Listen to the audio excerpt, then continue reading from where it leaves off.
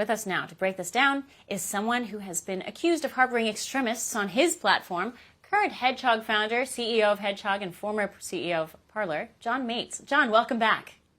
I am baffled by the story. Obviously, many of us are very suspicious of the French government's excuse for why they arrested this man, but what are your thoughts on the circumstances and the excuses that have been given to us officially? Excuses are exactly what this is. If you take a look at what he's being accused of, it's not that he's actively participating in any of this illegal activity. It's actually alleging essentially that because he's not cooperating in giving the French government information and censoring certain topics, they are then accusing him of being personally responsible for the content on his platform.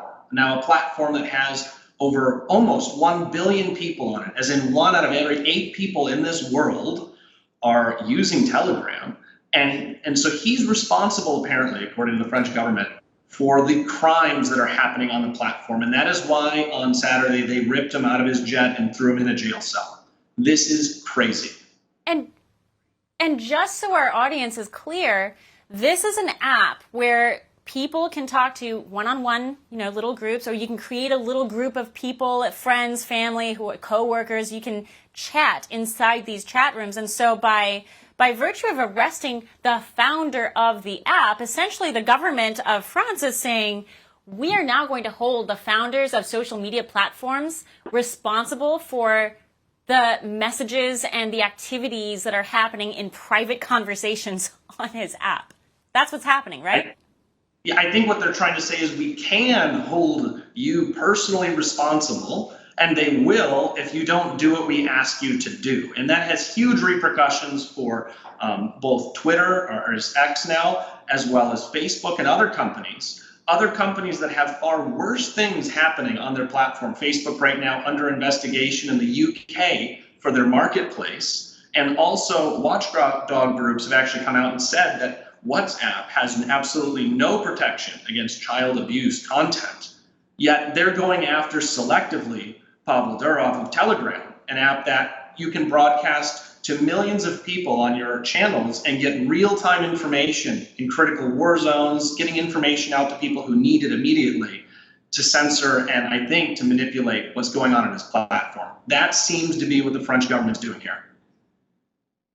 Well, John, you were placed in a very similar position as CEO of Parler and potentially of Hedgehog when your old platform was accused of harboring extremists, and there were calls even within our government that there needed to be action taken. I think the question was, what kind of action were they really talking about?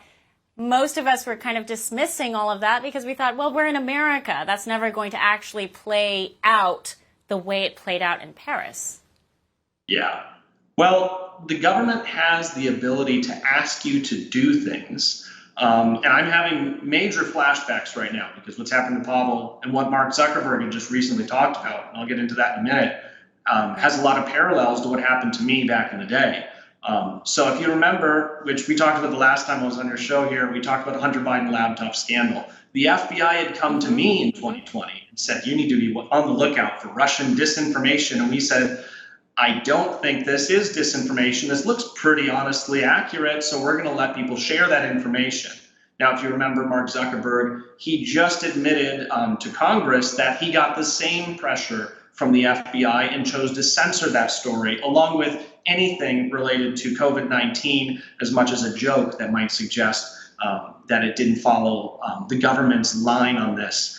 And so we saw the consequences of that in America, which was that Parler got bulk deplatformed from every provider out there in early 2021.